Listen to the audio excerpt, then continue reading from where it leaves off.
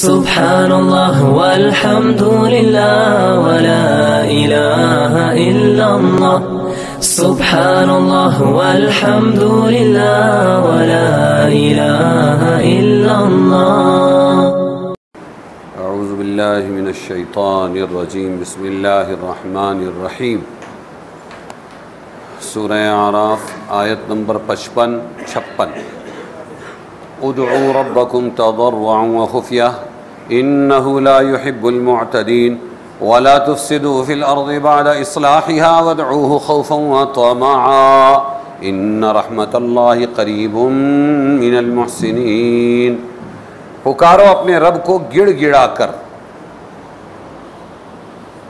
رو کر، گڑ گڑا کر پکارو اپنے رب کو گڑ گڑا کر اور چپکے چپکے۔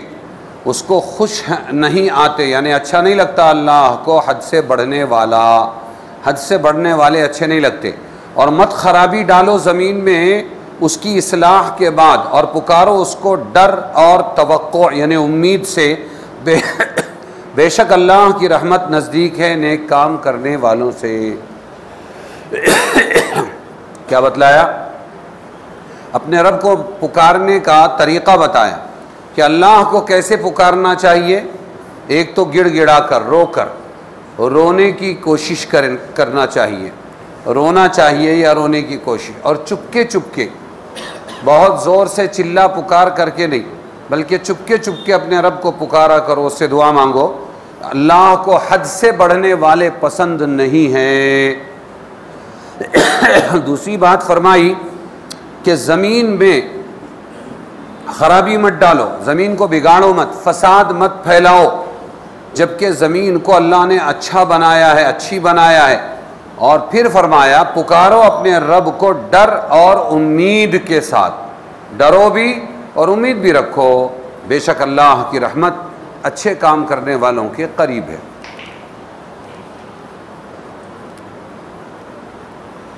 اس آیت میں اللہ تعالیٰ نے بتایا جب قدرت مطلقہ کا مالک اور تمام احسانات و انعامات کا کرنے والا صرف اللہ رب العالمین ہے، تو مصیبت اور حاجت کے وقت میں اسی کو پکارو، اور اس کو چھوڑ کر کسی دوسری طرف متوجہ ہونا یہ تمہاری جہالت ہے، ان کے پاس پاور ہی نہیں ہے۔ پھر دعا کس کو کہتے ہیں؟ دعا حاجت روائی کے لیے پکارنے کے معنی میں آتا ہے، حاجت پوری کرنے میں کسی کو پکارنا کہ میری حاجت، میری ضرورت پوری کرو۔ اور دعا کا مطلب یاد کرنا بھی ہے۔ دونوں معنی اس کے ہو سکتے ہیں کہ اللہ کو یاد بھی کرو، اللہ کو اپنی حاجت روائی میں پکارو، اور عبادت کرو اپنے رب کی، یہ مطلب ہے اس کا۔ اپنی حاجات صرف اللہ تعالیٰ سے مانگو، یہ مطلب ہے، اور عبادت صرف اسی کی کرو۔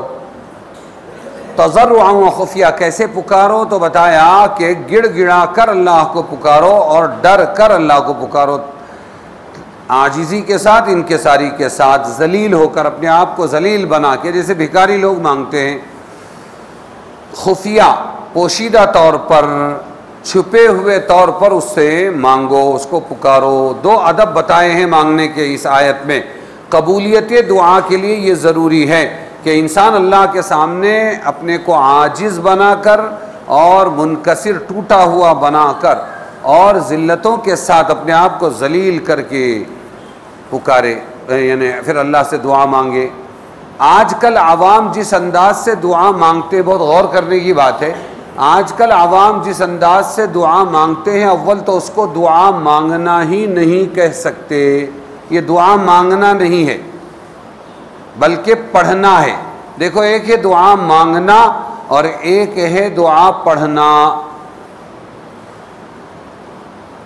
کیونکہ اکثر یہ بھی معلوم نہیں ہوتا کہ ہم جو کلمات زبان سے بول رہے ہیں ان کا مطلب کیا ہے۔ جیسا کہ آج کل عام مساجد میں اماموں کا معمول ہو گیا ہے کہ کچھ عربی زبان کے کلمات دعا میں انہیں یاد رہتے ہیں، وہ نماز کے ختم پر وہ پڑھ دیتے ہیں۔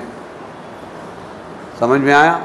اللہم انت السلام ومنک السلام تبارکت یا ذا الجلال والاکرام اللہم اعنی علی ذکرک و شکرک و حسن، ان کو کچھ یاد ہے، وہ پڑھ رہے ہیں مساجد کے امام۔ اکثر تو خود ان اماموں کو بھی یہ کلمات کا ترجمہ نہیں معلوم، کہ کیا ہے، اکثر ہاں بعض لوگوں کو معلوم، اگر ان کو معلوم بھی ہو جائے تو کم از کم ان پڑھ نہ جاننے والے مقتدی تو اس سے بالکل بے خبر ہوتے ہیں کہ اس کے کیا معنی ہے، مولانا صاحب کیا مانگ رہے، خالی آمین آمین، وہ بے سمجھے بوجھے امام کے پڑھے ہوئے کلمات کے پیچھے آمین آمین کہتے ہیں۔ اس سارے تماشے کا حاصل چند کلمات کا پڑھنا ہوتا ہے، دعا مانگنا الگ چیز ہے، جو حقیقت ہے دعا مانگنے کی وہ یہاں نہیں پائی جاتی۔ دوسری بات یہ کہ اللہ قبول کر لے گا وہ بات الگ ہے اپنی جگہ، لیکن اپنی طرف سے یہ سمجھ لینا ضروری ہے کہ دعا پڑھی نہیں جاتی بلکہ مانگی جاتی ہے۔ دعا پڑھنا الگ چیز ہے، مانگنا الگ چیز، اس کے لیے ضروری ہے کہ مانگنے کے ڈھنگ سے مانگا جائے۔ اگر سمجھ کے نہیں مانگیں گے، معلوم نہیں ہے، تو پھر مانگنا کچھ چاہیں گے اور نکلے گا زبان سے کچھ اور۔ دوسری بات یہ کسی شخص کو اپنے کلمات کے معنی بھی معلوم ہو جائے، چلو ٹھیک، اور سمجھ کر ہی کہہ رہا، اس کے ساتھ عنوان، لب و لہجہ، ہیئت، ظاہری تواضع اور انکسار کی نہ ہو، بھکاریوں کی طرح اگر اللہ سے نہ مانگے تو یہ دعا صرف ایک مطالبہ رہ جائے، اے اللہ ایسا کر، ایسا کر، اے اللہ ایسا کر، جس کا کسی بندے کو کوئی حق نہیں۔ ہم چھوٹے تھے، مدرسے میں پڑھتے تھے، ہمارے استاذ کا ایک بچہ تھا چھوٹا سا،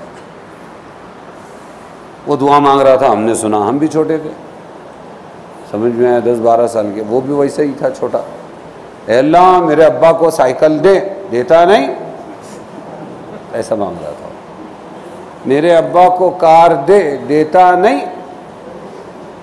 تو ہم اللہ کو آرڈر کرتے ہیں، اگر ہمارے اندر تواضع، انکساری اور ہمارے اندر اللہ کے سامنے اپنے آپ کو ذلیل کرنا نہیں ہے، اے اللہ ایسا کر دے، ویسا کر دے، ایسا کر دے، بعض لوگ دعا کرتے ادھر دیکھتے ادھر دیکھتے، تو یہ اللہ کو آرڈر دینا ہے، کیا یہ؟ اور یہ قرآن کے بتائے ہوئے اسلوب کے خلاف ہے، تو دعا قبول نہیں ہوگی۔ ایک تو اپنے آپ کو ذلیل کرنا، عاجزی کے ساتھ مانگنا، دوسرے دعا آہستہ پڑھنا، یہ افضل ہے۔ اگر آواز سے دعا مانگتا ہے تو اول تو تواضع انکسار باقی نہیں رہتا، مشکل ہے، دوسرے دکھلاوا شہرت کا بھی خطرہ ہے، تیسرے اس کی صورت عمل ایسی ہے کہ گویا یہ شخص نہیں جانتا کہ اللہ تعالیٰ سننے والا اور جاننے والا ہے، ہمارے ظاہر و باطن کو ایک جیسا دیکھتا ہے، ہر چھپی ہوئی بات یا زور والی بات کو، آواز والی بات کو سنتا ہے۔ اسی لیے غزوہ خیبر تھا، اس غزوے میں حضور صحابہ کے ساتھ تھے، صحابہ کرام کی دعا میں بلند بلند آواز حضور نے سن لی، تو فرمایا تم کسی بہرے یا غائب کو نہیں پکار رہے ہو، اللہ کو پکار رہے ہو، تم کسی بہرے یا غائب کو نہیں پکار رہے ہو جو اتنی بلند آواز سے کہتے ہو، بلکہ ایک سننے والے اور قریب کو پکار رہے ہو، یعنی اللہ تعالیٰ کو پکارو، اس لیے بلند آواز کرنا فضول ہے۔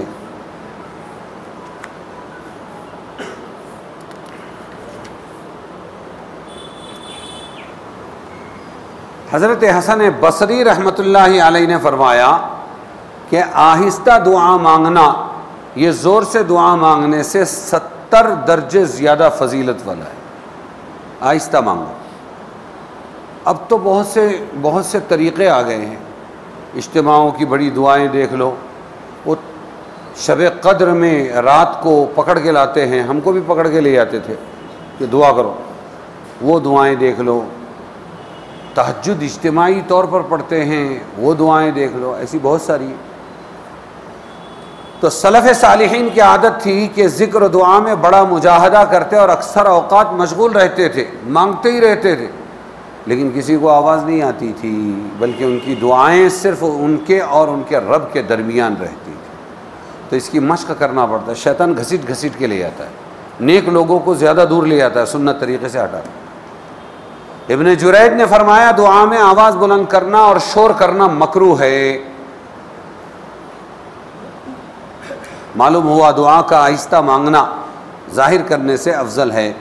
ہمارے زمانے کے ائمہ مساجد کو اللہ تعالی ہدایت فرماوے کہ قرآن و سنت کی اس تلقین اور بزرگان سلف کی ہدایات کو یکسر چھوڑ بیٹھے ہر نماز کے بعد دعا کی ایک مصنوعی سی کارروائی ہوتی ہے، وہ رٹے رٹائے جملے، وہ کارروائی ہوتی ہے. اور کمال یہ ہے کہ مقتدی بولتے ہو عربی مانگ رہے ہونا تو ہم کو کیا معلوم کیا مانگ رہے، ذرا اردو تو اردو کا اضافہ بھی ہو جاتا. لیکن مقتدی صاحب خود سیکھنے سمجھنے کی کوشش نہیں کرتے، حالانکہ وہ عربی الفاظ کی ضرورت نہیں ہے. کنڑ والا کنڑ میں، تیلگو والا تیلگو میں، مراٹھی والا مراٹھی میں اپنی دل کی بھاونائیں اللہ کے سامنے رکھے، اس کو دعا کہتے ہیں. کیا مشکل ہے؟ یہ ہونا چاہیے. تو بلند آواز سے کچھ کلمات پڑھے جاتے ہیں جو آداب دعا کے خلاف ہونے کے علاوہ ان نمازیوں کی نماز میں بھی خلل انداز ہوتے ہیں جو مسبوق ہونے، ایک رکعت چھوٹ گئی، 2 رکعت چھوٹ گئی، جو مسبوق ہونے کی وجہ سے امام کے فارغ ہونے کے بعد اپنی باقی ماندہ نماز پوری کر رہے ہیں، ان کی نماز میں بھی خلل پڑتا ہے. تو پھر کیا کرنا چاہیے؟ اگر مانگنا ہی ہے تو ذرا دھیمے، بہت زیادہ زور سے نہیں. صلاۃ و سلام علیک یا رسول اللہ، اور پوری مسجد گونج رہی ہے، ایسا نہیں ہونا چاہیے، پریشان ہو جاتا. مانگنا بھی ہے تو ایسے ایک دوسرے سنے، بس اتنا کرو، آہستہ، بالکل بند بھی نہیں کرنا. جی، اس ایسے موقع پر ایک آدمی کسی قدر آواز سے دعا کے الفاظ کہے، دوسرے آمین کہیں، دیکھو ایک دوسرے کو سنائی دے، تو اس کا مذائقہ نہیں. شرط یہ ہے کہ دوسروں کی نماز و عبادت میں خلل کا موجب نہ بنے، اور ایسا کرنے کی عادت نہ ڈالیں کہ عوام یہ سمجھنے لگیں کہ دعا کرنے کا طریقہ یہی ہے، جیسا آج کل عام طور سے ہو رہا ہے. اسی لیے عوام اسی لیے دعا خود نہیں کرتی کہ وہ سمجھتے ہیں، اللہ معاف کرے، وہ پہلے سے پرمپرا چلی آ رہی ہے. شیعوں نے یوں کہا کہ قرآن کا ترجمہ تم نہیں پڑھ سکتے، غلطی ہو گئی تو پاپ ہو جائے گا. اس لیے یہ ہمارا ٹھیکیداروں کا، دینی مذہبی پیشواؤں کا کام ہے، لاؤ دکشنا ہم سے کام کرواؤ. پنڈتوں نے بھی یہی کیا، ہر قوم کے سادھوؤں نے یہی کام کیا. ہمارے یہاں کے اللہ معاف کریں بہت سے دین کے چودھریوں نے بھی یہی کام کیا. تو ایک ذہن بن جاتا ہے، وہ یہ کہ دعا اس کو کہتے ہیں، دعا کا یہ طبقہ مخصوص ہے، ہم دعا نہیں کر سکتے. بالکل غلط ہے، یہ اسلامی روح اور مزاج اور طبیعت کے بالکل خلاف. بلکہ ہر مسلمان نے سیکھنے کی کوشش کرنا چاہیے کہ میں خود دعا مانگوں. امام صاحب پر موقوف نہیں ہے، یہ ہونا چاہیے. اب یہ سمجھا جانے لگ گیا کہ بھائی دعا کا طریقہ یہ امام صاحب کو معلوم ہے، اپن تو دعا مانگ ہی نہیں سکتے نا. ایسا ہوگا، بالکل غلط. جب آپ نماز خود پڑھ سکتے ہیں تو دعا کیوں نہیں مانگ سکتے؟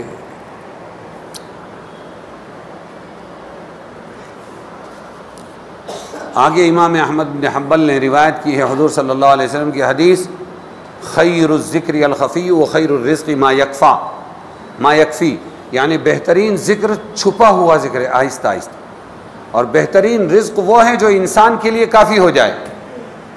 بہترین ذکر چھپا ہوا، دل لگا ہوا ہے، سبحان اللہ، الحمدللہ، لا الہ الا اللہ، ہر وقت اللہ کا شکر دل ادا کر رہا ہے، زبان بھی آہستہ آہستہ. اور بہترین رزق وہ ہے جو بہت بیلنس رہے نہیں، جو کافی ہو جائے. جو انسان کے لیے بہترین رزق وہ ہے جو انسان کے لیے کافی ہو جائے، بھیک بھی مانگنا نہ پڑے اور بہت بیلنس بھی نہ ہو.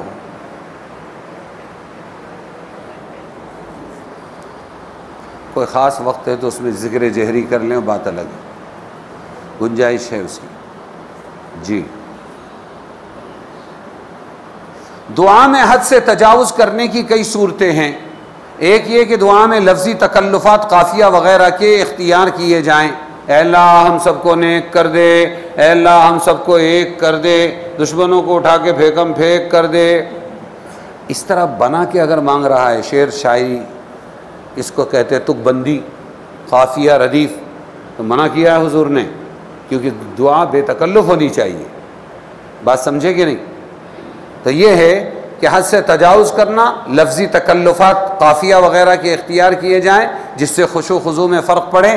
دوسرے یہ کہ دعا میں غیر ضروری قیدیں شرطیں لگانا، یہ بھی غلط ہے. عبداللہ ابن مغفل رضی اللہ عنہ جلیل القدر صحابی، انہوں نے دیکھا ان کے بیٹے کو، اور بیٹا دعا مانگ رہا تھا. اور الفاظ یہ تھے یا اللہ اے اللہ مجھے جنت میں سفید رنگ کا رائٹ سائڈ والا ایک محل دے دے، مجھے سفید کلر کا رائٹ سائڈ کا ایک محل دے دے۔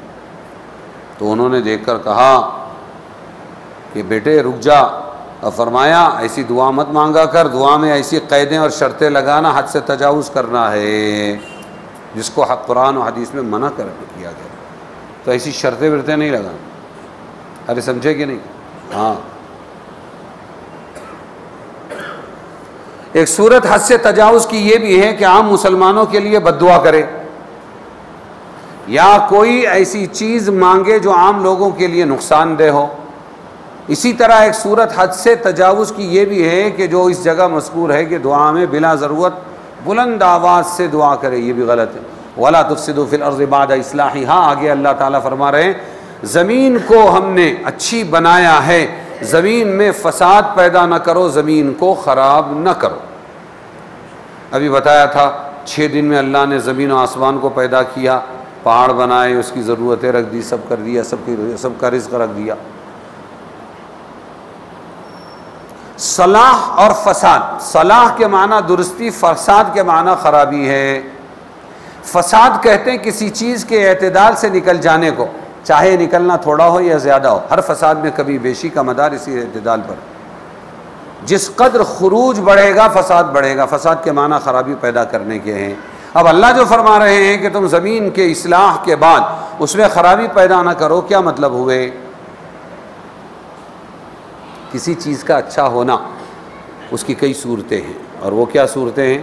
ایک یہ کہ اس کو اول ہی ٹھیک درست پیدا فرمایا، جیسے قرآن میں اللہ نے فرمایا وَأَصْلَحَ بَالَهُمْ، اور اللہ تعالیٰ نے انسانوں کو پیدا کیا، ان کے حال کو اچھا پیدا کیا، اچھا بنایا۔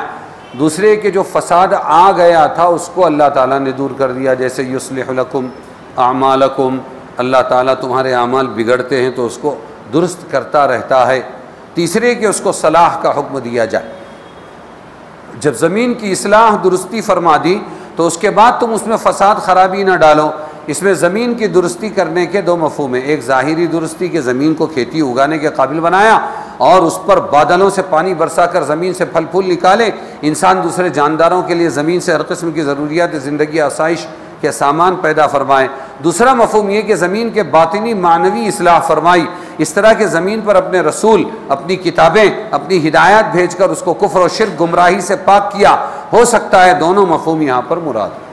زمین کو اللہ نے اچھا بنایا یعنی زمین کو قابل کاشت بنایا، اور جانوروں اور انسانوں کے روٹی روزی کا ذریعہ، مکانات بنانے کا اللہ نے ذریعہ بنایا، کھیتی کرنے کا ذریعہ بنایا۔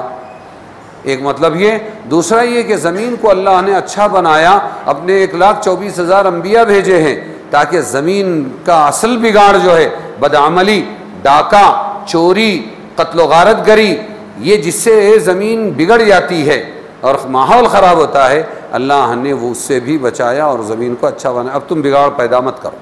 زمین کی درستگی اور خرابی کیا ہے؟ لوگوں کے گناہوں کا اس میں کیا دخل؟ ظاہری اصلاح تو آپ کو بتا دی، اور باطنی اصلاح کیا؟ اللہ تبارک و تعالیٰ نے انبیاء کا سلسلہ جاری فرمایا، نیک لوگوں کو پیدا کیا تو زمین گلے گلزار ہو گئی اچھے اعمال سے۔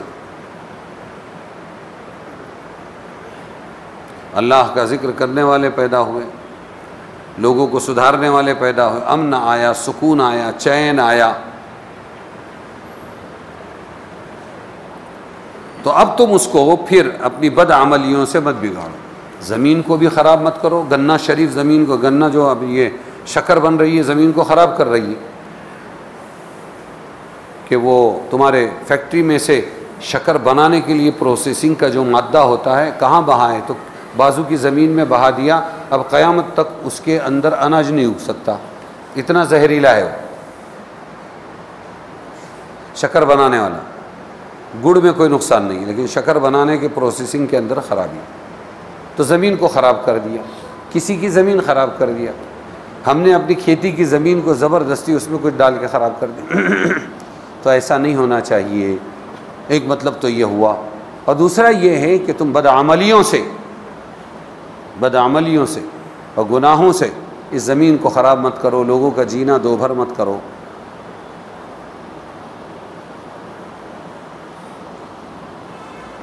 اب دنیا کے حالات پر نظر ڈالیے تو معلوم ہوگا آج کل سامان راحت اور سامان شفا کی، یعنی انسان نے سامان تو بہت پیدا کر لیا، اور ماشاءاللہ نرم نرم گدے ہیں، اے سی ہے، بہترین فلیٹس ہے، اور سب کچھ مہیا ہے، کھانے کی اشیاء بھری ہوئی ہے، کپڑے بھرے ہوئے ہیں، نیند غائب ہے، چین حرام ہے، نیند اڑ چکی ہے۔ تو اسباب تو مہیا کر لیا راحت کے، راحت ندارد۔ دنیا کی سب چیزیں اگرچہ ظاہر میں بے جان و بے شعور نظر آتی ہے، مگر حقیقت میں اتنا ادراک ان میں بھی ہے کہ مالک کے تابع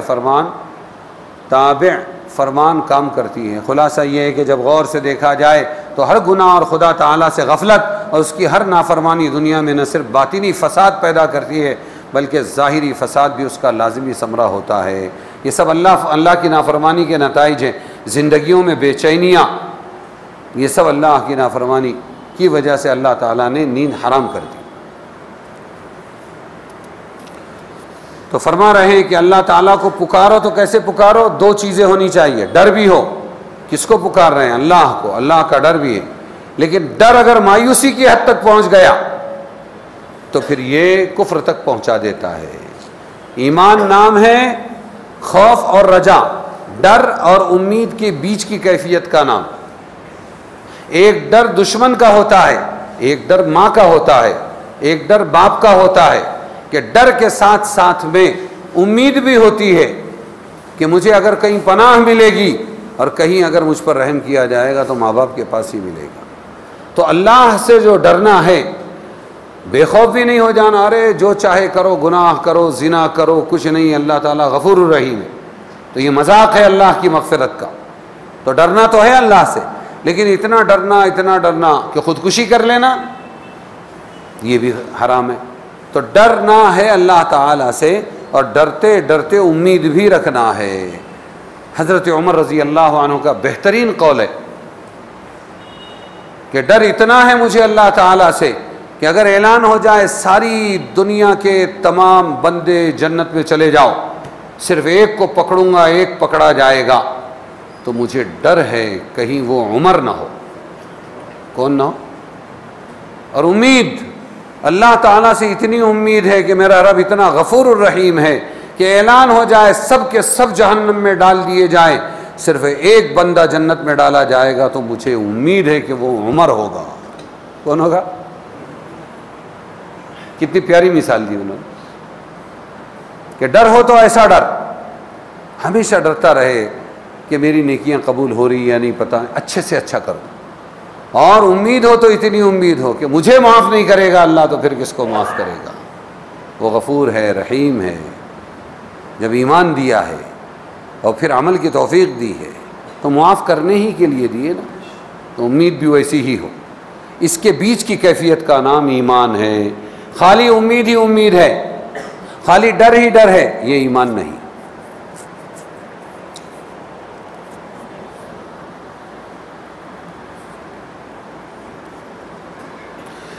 خلاصہ یہ کہ دعا کے آداب بتائے ہیں، ایک عاجزی، تضرع، کہ رونا نہ آئے تو کم سے کم رونے کی صورت بنائے، دوسرے آہستہ دعا مانگنا۔ یہ دونوں صفتیں انسان کے ظاہر جسد سے متعلق، کیونکہ تضرع سے مراد یہ ہے کہ اپنی حیت دعا کے وقت عاجزانہ، فقیرانہ رکھے، متکبرانہ نہیں، بے نیاز نہ ہو۔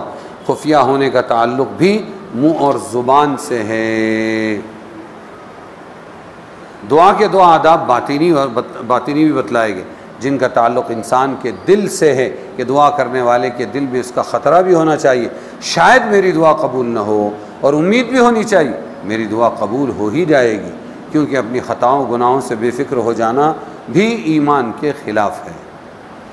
اللہ کی رحمت قریب ہے نیک کام کرنے والوں سے، یہ بتلایا آخر کے اندر۔